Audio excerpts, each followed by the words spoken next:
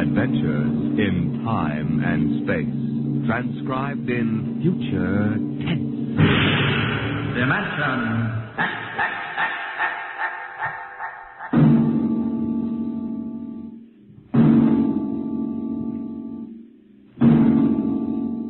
Can you predict what will come in 100 years? Or in 10? Or in the next minute? Some people think they can. Nuclear science, mathematicians, astronomers, biologists. They'll predict the shape of the future because they make the future. Because they see beyond the known dimensions of time and space into the unknown, Dimension X.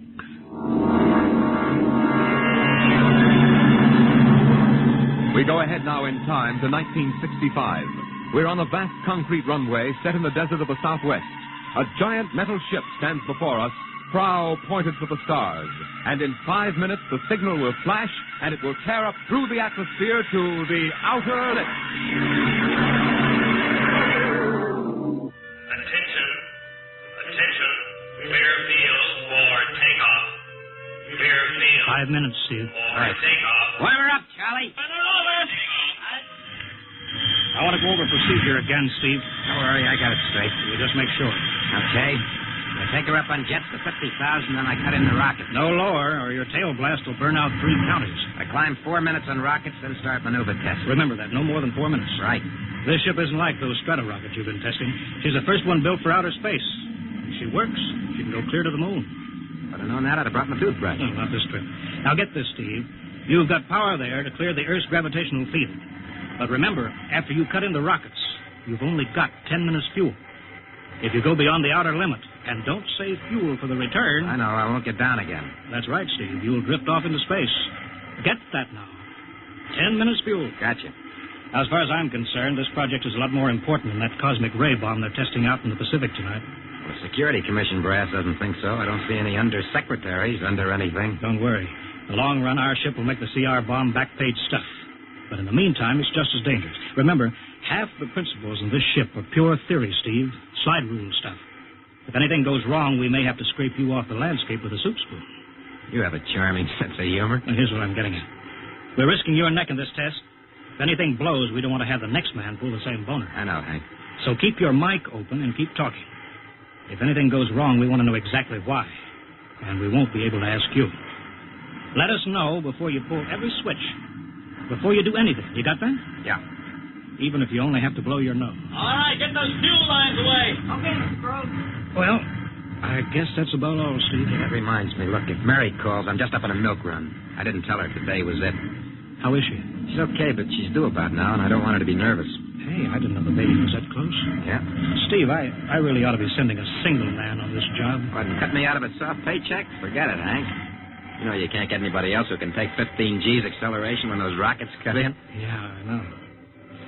It's time, Steve. Yeah. Well, see you later. Don't worry, Hank. I'll sweat for both of us. Button her up, Charlie. So long, Hank. So long. We'll give you the light from control.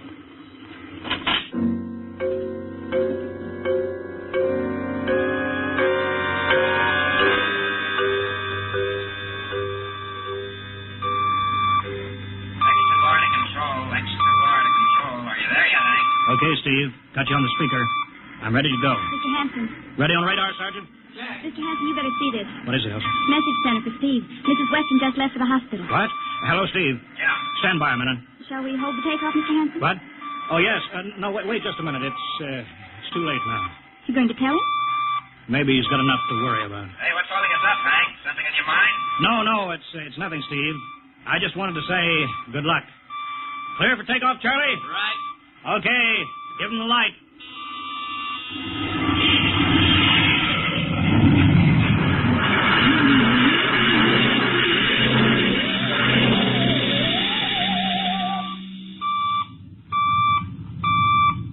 All right, Steve, I'm reading you clear. 40,000. Airspeed 600. She's running fine. Soundproofing works. There's a third-degree waiver in the AGY pressure. Got that, Charlie? Check. Dead center on radar, Mr. Hanson. 50,000 now. Cutting out the port jet. Now the starboard. Off jets. Airspeed dropping. Opening the rocket ports. Switch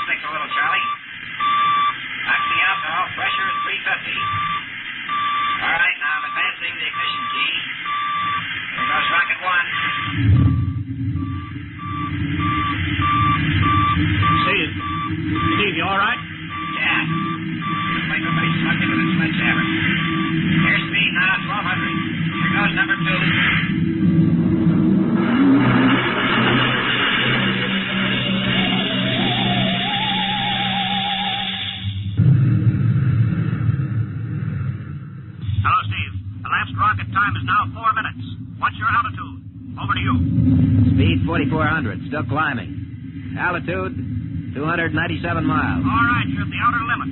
Level off for maneuver test. You've got exactly 6 minutes fuel left. Okay. Starting a 3-degree left bank. It's a little sluggish. That's all right now. There's a low vibration someplace. Maybe the cockpit hatch. Now I'm straightening out. 5 minutes fuel left. Now I'm starting a 3-degree Hey! What's the matter? What's wrong? There's something up here. Something shining. What are you talking about? There's something above me, Hank.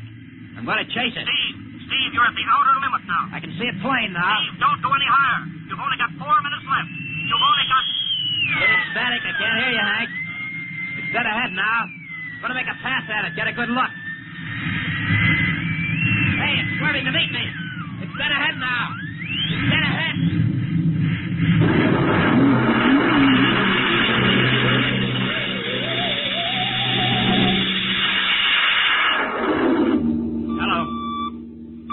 Hello, Steve. Steve, come in. 9 minutes fuel gone. Still no sign on radar. Hello, Steve. Steve, what's happened? Charlie, get out the crash squad. Tell the Army squadron to alert their search planes. Right. 9.5 minutes gone. Hello, Steve. What's happened? Where the devil is it? Charlie, Hello. for Mr. Hanson. Come in, Steve. We need a search squadron. Come in. No, Mr. Hanson's busy. Hello, Steve. Hello, Steve.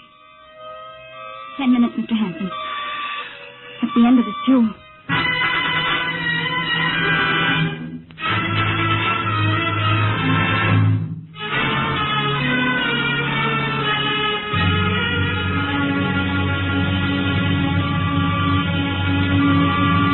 How long's it been now? 10 hours, Mr. Hanson. Nothing more on radar, Sergeant? Screen's blank. Colonel Corelli called in. Search planes are back. He didn't find anything. Should be some trace. Couldn't have bailed out, could he? You don't hit the silk at 4,400 miles an hour. Either went past the outer limit, ran out of fuel. Something blew, and we'll find the pieces scattered from here to the coast. Why does it have to be the best men? Always the best men. I'll get it, sir. Charlie, I'll we've got to figure out what was wrong. All right, I'll tell you. Something must have blown. Yeah? There's a message from Northside Hospital for Steve. Oh, what is it? Mrs. Weston's fine. It's a boy. Thank you, Elsie. It's a boy, Charlie. Oh. Fine. It's a boy. He didn't even know she went to the hospital. How am I going to tell Mary that? Wasn't your fault, Mr. Hanson. Ship had to be tested. Yeah, we'll build another one, and some other flying fool will shoot past the outer limit into space. Oh, I'm getting old, Charlie. You can remember when I used to take them up myself. Now I've got to send other men. It's a job, Mr. Hanson. Now I'm afraid. Every time I hear a jet go off, I jump. Every time I have to send someone up in a new model, I start to sweat. Mr. Hanson. Yeah? I think there's something on the radar. No flight scheduled in, either, Elsie? We have the whole day cleared. It's coming in behind us. Here it comes over the building. What crazy jockey is buzzing the field like that? Is that an Army plane, Charlie? I can't see. It's turning. Charlie, alert the field. I know that engine. Steve. That's impossible. Look, that's his ship. It can't be. Well, there's no other model like that. It's Steve, all right. It's coming in. Thank God. Thank God.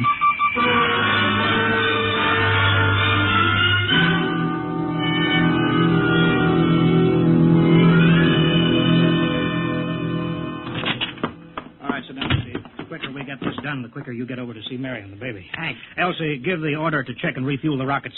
I don't want anybody in here till I get Steve's reports. Bury any calls. All right, let's have it. What the devil happened to you? Hank, does that cosmic ray bomb still go off tonight? What are you talking about? Straighten out, Steve.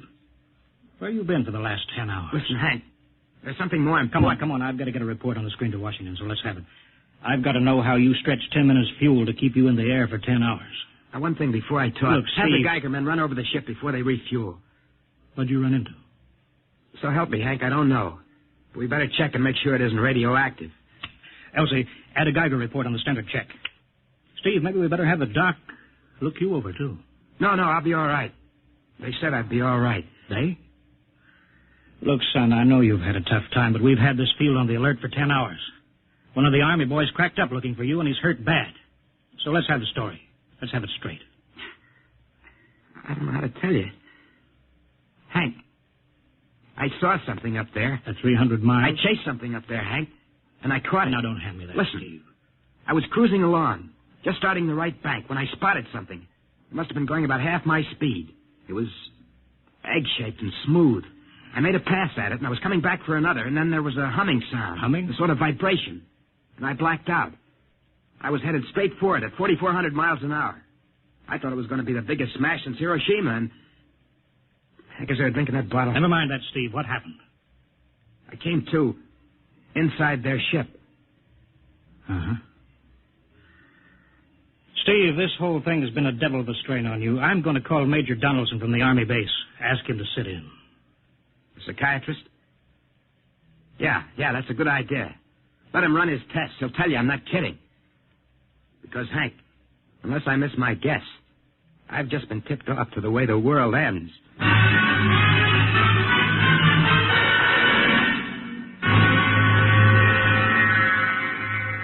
All right, Mr. Weston, suppose you continue your story. Yes, let's have it, Steve. You woke up inside the ship? Yes, and the place was jammed with machinery. Dials, blinkers. I couldn't recognize anything. And you were surrounded by these men from Mars? I didn't say anything about men from Mars. I didn't even say they were men. I couldn't see them clearly. They were just there. Where did they come from, then? Another galaxy. Millions of miles outside of our solar system. That's all I know. You figure out where they came from. And they came all that distance to find the Earth? Yes. Did they tell you that? Yes. You mean they spoke English to you? No, they didn't.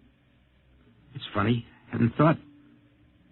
They didn't really speak to me at all. They just planted the thoughts in my mind. You mean thought transference, telepathy? Yes, that's right. Well, Steve, what brought them here?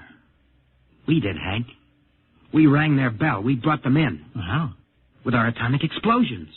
Hank, that's why you've got to stop that bomb test tonight. I'll give up. Look, you've got to believe me, Hank. Oh, how can I make you understand? Maybe I can help, Mr. Weston. Would you submit to narcopsychometry? What's that? Under proper drugs, I can put you back in this, ship. By suggestion. Then we can get a playback record of your memory pattern on the audio circuit. And how long will that take? Half an hour. We'll have to go over to the lab. Will you believe me if it checks? It will give us an accurate memory picture of what your mind reports. All right, let's go. Hank, you got to believe me. We haven't got much time.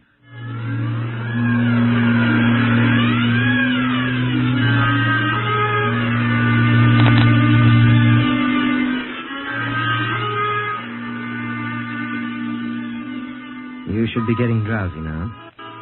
Count backwards from 10. 10, 9, 8, 7, 6, 6.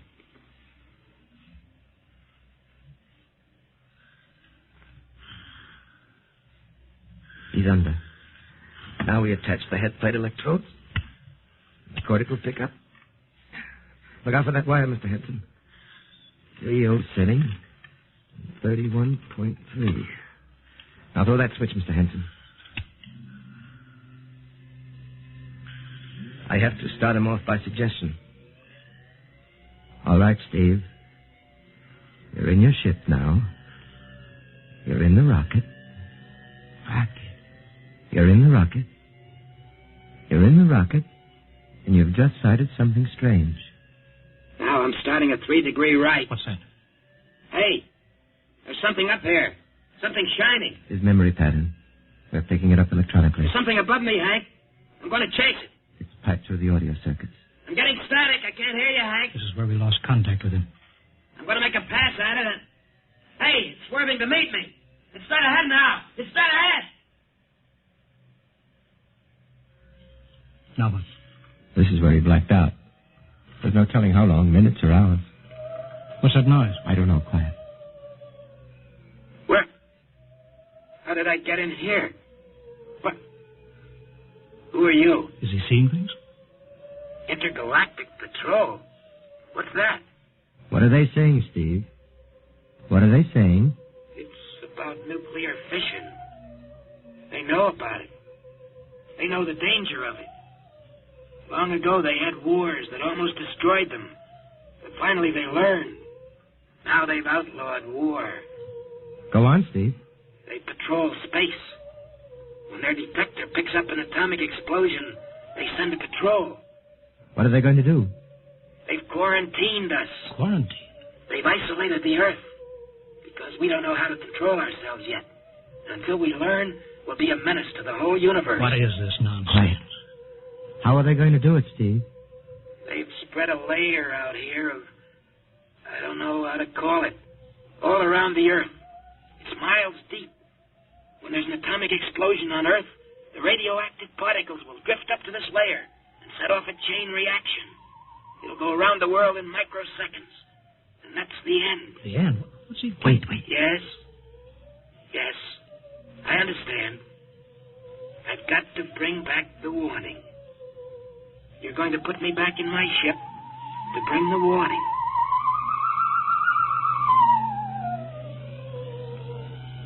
Now what? Blacked out again. I guess that's all. What does all that mean? It's what he remembers. You don't think that really happened? No.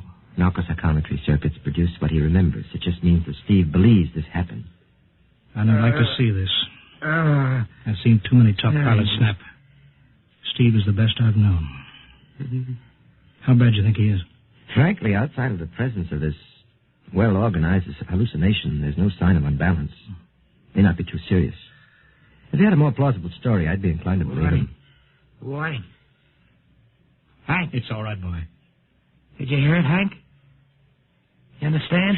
Sure. We've been quarantined. Let me give you something to make you sleep, Steve. Don't you understand? They fixed it so that if we set off one more nuclear explosion, that'll be it. Of course. Don't roll your sleep down. You don't believe me. Now, take it easy, Steve. But the test tonight. They're setting off the CR bomb. Hank, what time is it? 11:20. Well, it's scheduled for midnight. Hank, we gotta stop that bomb. Steve, let Donaldson give you the hypo. Hank, you've gotta believe me. I saw them. I got the warning. If we touch off that bomb tonight, it'll be the biggest galactic 4th of July of all time. The whole Earth will go up like a Roman candle.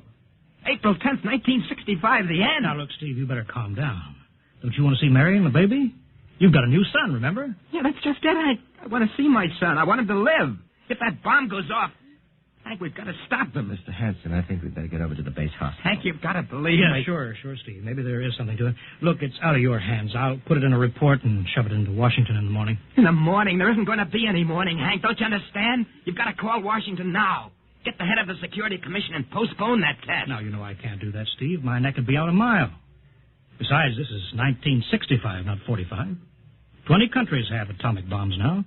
What's the use of stopping just this one? The rest will keep right on popping them Well, off. we'll have to call an international conference. Can't you understand, Hank? The first one that goes off finishes us at the end.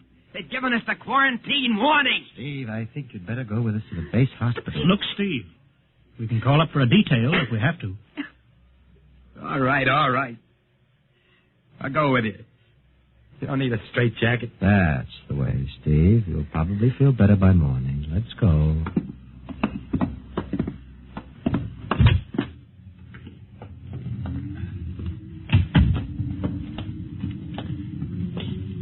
Well, Steve, tomorrow I'll drive you over to the hospital to see Mary and the kid.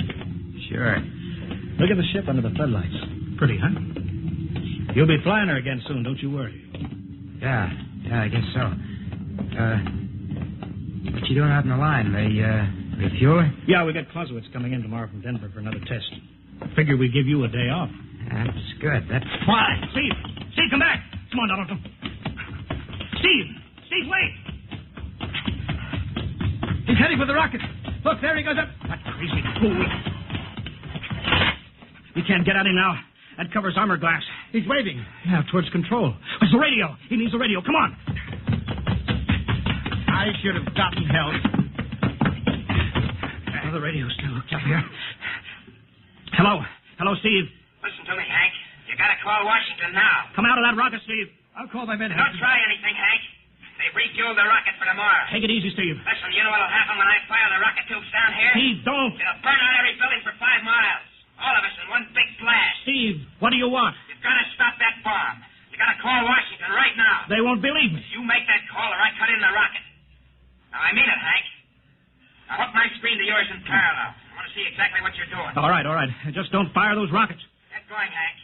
You got 12 minutes to make that call and stop that bomb. All right, I'm making the parallel hookup right now. Donaldson, you think he'll really blast? I don't know. Up to now, I'd almost say he was normal, but now he's liable to do anything, Hanson. Steve, there, you getting it on your screen? Yeah. Now put that call through. All right. Operator, Visit screen to Washington. the Visiscreen circuits are busy, sir. If you'll try again in half an hour. This is Security Commission priority. Break in, get me a line. Yes, sir. Just a moment, please. 10 minutes, Hank. Listen, Steve, I'm trying. Ready to take your call, sir. Washington, Security Commission 3. This is urgent. I want Undersecretary Herbert Ames. Washington 3. 1 moment, please. Hurry, will you? 1 moment, please.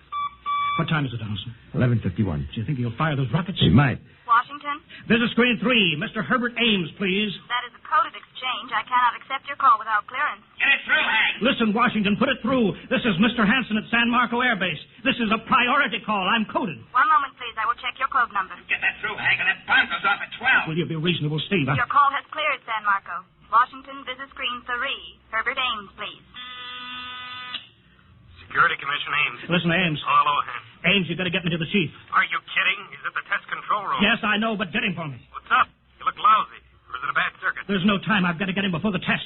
It's about the CR bomb. I can't take that responsibility. Get that through, Hank, or I blank. Hey, what's going on there? Ames, my project has a high enough rating. This is a priority A call. What? Okay, it's your neck. I'll try to get him for you. He's in the control room, so you'll have to switch off your screen and speaker and go on earphones. Too much going on in there. Security ruling. You hear that, Steve? I've got to cut the incoming screen. All right, but don't try anything. 8 minutes, Hank. Hello? What? You got him, Hank? Yes. This is Hanson at San Marco. No, sir. Priority A request to cancel the bomb test. No, I'm serious. This is deadly serious. We sent the X-2 JTR up today to the outer limit. We uncovered evidence. Yes, on the automatic instruments. What's that? No, possible chain reaction. No, I can't tell you the whole story. There isn't time here. Yes, I'll bring the readings into Washington in the morning. You've got to postpone the test till you see them. Look, I've worked on contracts for the Commission for 10 years. Yes, I have complete confidence in my information. You can record that. All right, I'll call you back immediately. Bye. Hank? He's agreed to cancel, Steve. The bomb won't go off. All right, boy. You can come down out of that ship.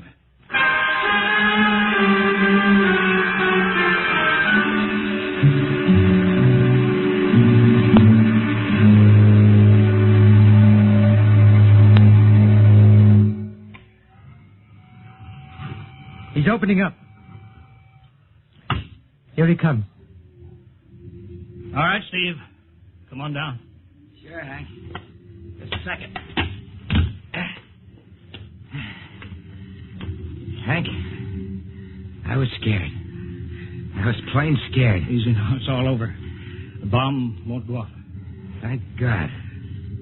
Look, I want to see Mary and the baby. Can you get me transportation now? Oh, wait a minute. It's almost 12. They won't let you in the hospital now. I want to see the baby. Sure you do, but you've been under a strain. I've got a shot for you here, Steve. Give you a good night's sleep. All right. Roll up your sleeve. Yeah, here. There, that'll make you sleep. Sergeant will find you a bed. Yes, sir. Come on, Mr. Weston. Okay. Good night, Hank. I'm kind of beat. It's been a tough night.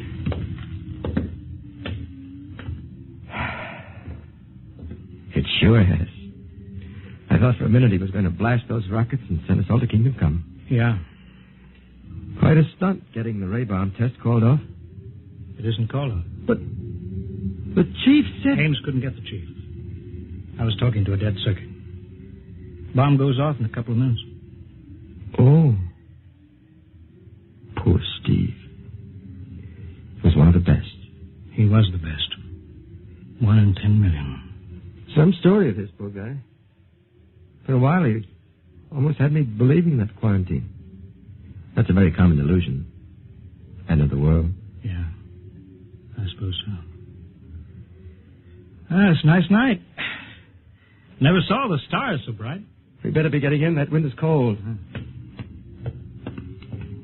the bomb goes off in 30 seconds. Poor Steve. You know, Hanson, there's just one thing. Yeah? It's outside my field, but I'm curious. How did he keep that ship in the air for 10 hours with only 10 minutes fuel?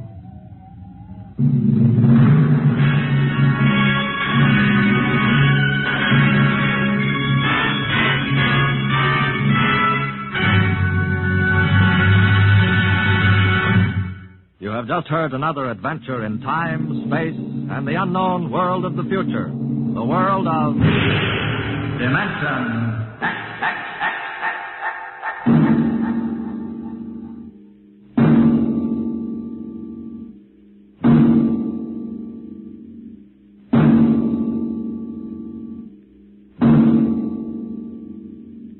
Next week, a star of the future appearing on the program of the future, Dimension X. Next week, Miss Nancy Olson, the talented young actress whose performance in Sunset Boulevard marks her as one of Hollywood's most promising young actresses, becomes the first of a group of rising young artists of stage and screen who have been invited to make an appearance in this series. So listen then for Hello Tomorrow, starring Nancy Olson on Dimension X.